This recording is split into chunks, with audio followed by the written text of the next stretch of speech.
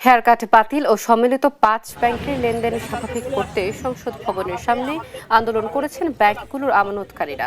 রোববার সকালে জাতীয় সংসদ ভবনের সামনে অবস্থান নেয় তারা।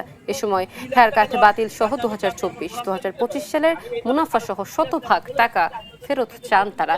সেই সঙ্গে সব লেনদেন স্বাভাবিক করতে প্রধানমন্ত্রীর হস্তক্ষেপ চান আমানতকারীরা। এছাড়া মেয়াদ শেষে চুক্তি অনুযায়ী এফডিআর, ডিপিএস, এমডি, ডিআরএ টাকা সহ ফেরত চান তারা। আন্দোলনকারীরা জানান, আগামী ৫ এপ্রিলের মধ্যে সম্মিলিত ইসলামী ব্যাংকের লেনদেন স্বাভাবিক না হলে ৭ এপ্রিল বাংলাদেশ ব্যাংকের সামনে আন্দোলনের ঘোষণা দেবেন তারা।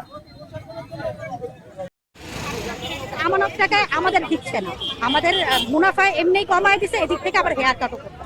আমরা হেয়ার কাট মানি না।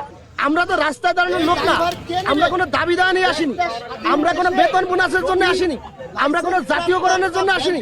আমরা আসি আমাদের পকেটের টাকা, আমাদের নিজের সারা জীবনের কষ্টে অর্জিত টাকা ব্যাংকে রেখে সেই টাকা পাওয়ার জন্য কিভাবে মানবতার জীবনযাপন করছি।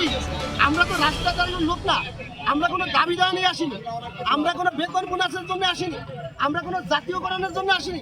আমরা আসি আমাদের পকেটের টাকা, আমাদের নিজের সারা জীবনের কষ্টে অর্জিত টাকা ব্যাংকে রেখে সেই টাকা পাওয়ার জন্য। আমাদের